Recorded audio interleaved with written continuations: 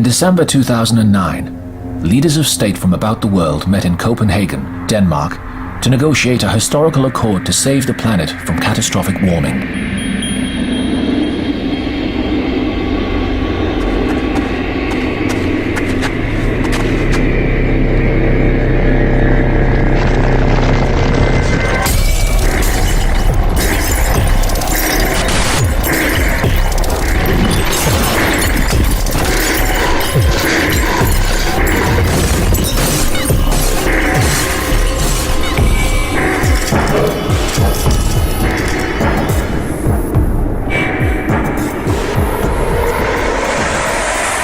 The outcome of the summit is a victory for major polluters and the status quo. What happened? How is it that, presented with clear evidence of a looming catastrophe, the international community settled for such a tepid response? We know that industry strives for profit and governments strive for growth. A full-scale war on global warming calls for industry to drastically reduce its carbon footprint. The short-term result would be rising production costs and reduced profit. Not the best outcome, especially in times of recession. But the major stumbling block is the enemy involved. A war on global warming needs to be a war on consumerism, the status quo in our developed societies. So really, a war on the mainstream constituency of the capitalist state. Reality check. No government will declare war on its own citizens. Don't hold your breath for a shock and awe campaign on global warming. Governments today just aren't up to the task. Fortunately, the war on global warming isn't in the hands of government alone. It's time for a new approach. An approach that mobilizes the creative energies of the global population and turns the way we see the problem on its head. We need to find a way of waking people from their consumerist days and showing them how empowering a war effort could be. People could contribute so much more than just turning off the lights.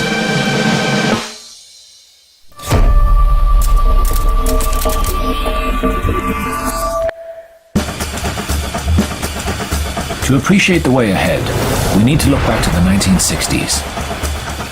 When we think of the 60s, we think of the birth of a new individualism.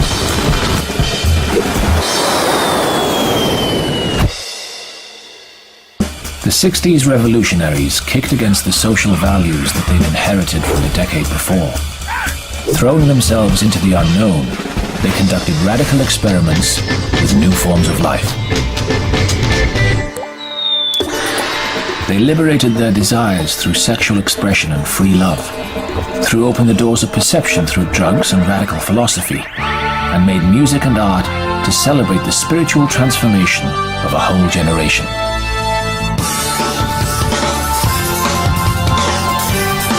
The 60s countercultural revolutionaries shrugged off the straitjacket of mass-market culture and embraced a new era of individual expression.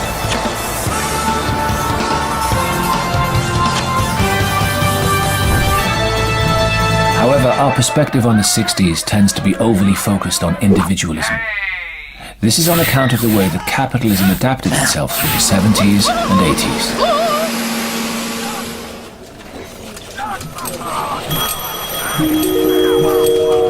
The 60s caught capitalism completely off guard. How were companies to sell products to a generation that had rejected consumerism? The answer was to tune into the movement and to sell to the individual in everyone. The strategy worked. The marketing machine captured the spirit of 60s individualism and made it its own.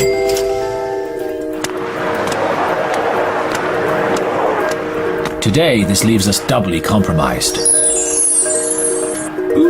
On the one hand, we've become used to defining ourselves by the things we buy. Leaving ideology behind, we now derive a sense of personal identity and empowerment from the goods we purchase and consume. We've become revolutionary exponents of over-the-counter culture. Fired by the rallying cry, "Go on, break the rules, define who you are." With our sneakers.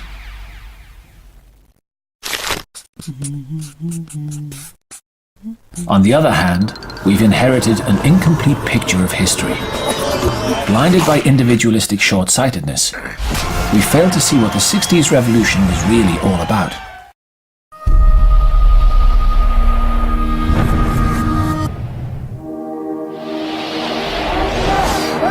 The 60s was only superficially a decade of individualism. If the countercultural revolution transformed society, it was because individuals, knowingly or unknowingly, acted en masse, as a swarm.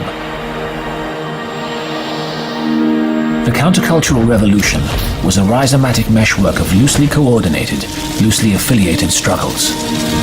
Their goals weren't always complementary, but the struggles were aligned, and together they staged a mass offensive to shatter the status quo.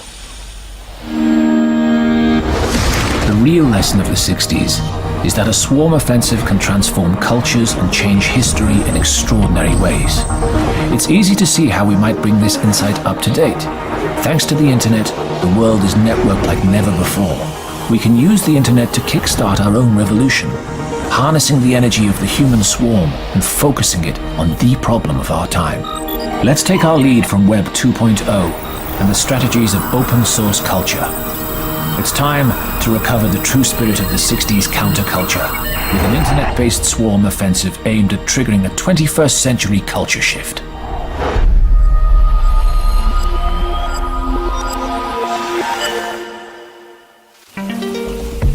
The term open source refers to a software development strategy in which the source code is made available to a community. This way, everyone can make changes and improvements to the software. An example of the success of this strategy is the globally established computer operating system Linux, which was created and is still constantly updated by contributions from all over the world. Wikipedia is another famous example of open source culture. It has over 75,000 contributors working on more than 10 million articles in over 250 languages.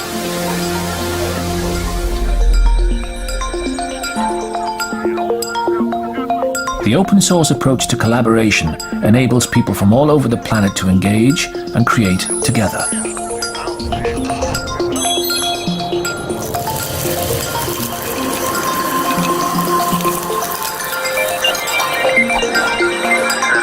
Imagine what we could achieve with an open source approach to the war on global warming.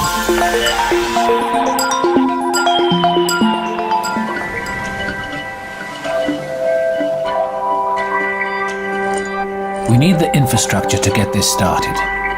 We need a network of high-profile online destinations that people from all over the world can access to share their knowledge and generate the tools, innovations, and social networks that we need to combat climate change.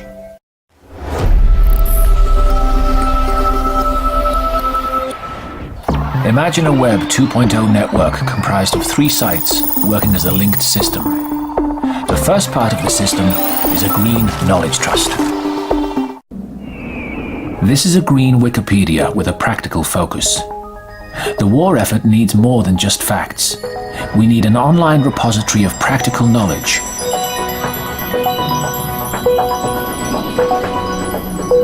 A how-to guide for ordinary people tasked with setting up functional, low-carbon societies. The Green Knowledge Trust is a place where people share high-quality knowledge on low-carbon living.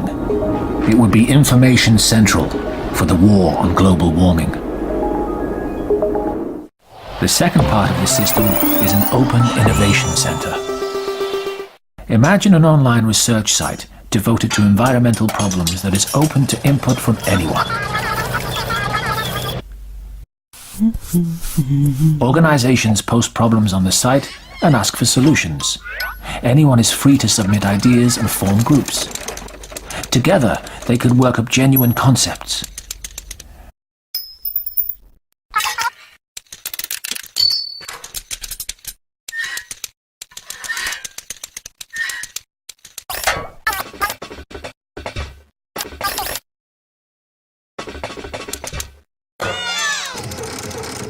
As the projects take shape, they'd attract the attention of experts from about the world who'd contribute their unique skills to the projects.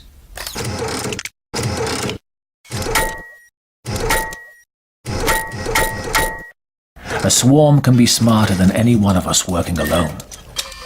An open innovation center would enable us to tap into our collective genius.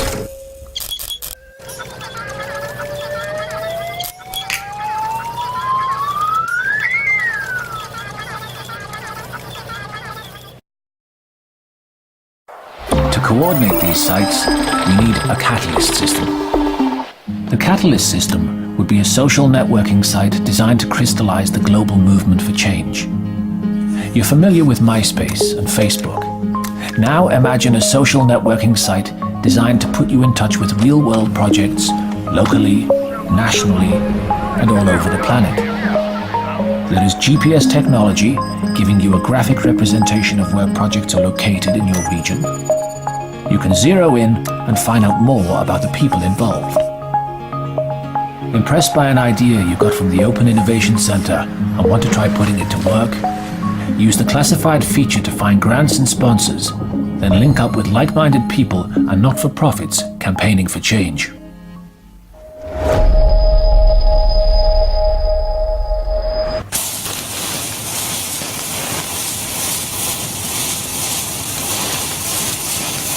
The 60s countercultural revolution showed us how swarm activity can transform the fabric of society. By inspiring and enabling new forms of creative collaboration between activists, experts, and ordinary citizens, a network like the one we described could spark a swarm offensive for the internet age. This could transform the nature of the war on global warming and trigger a new era of global collaborative culture.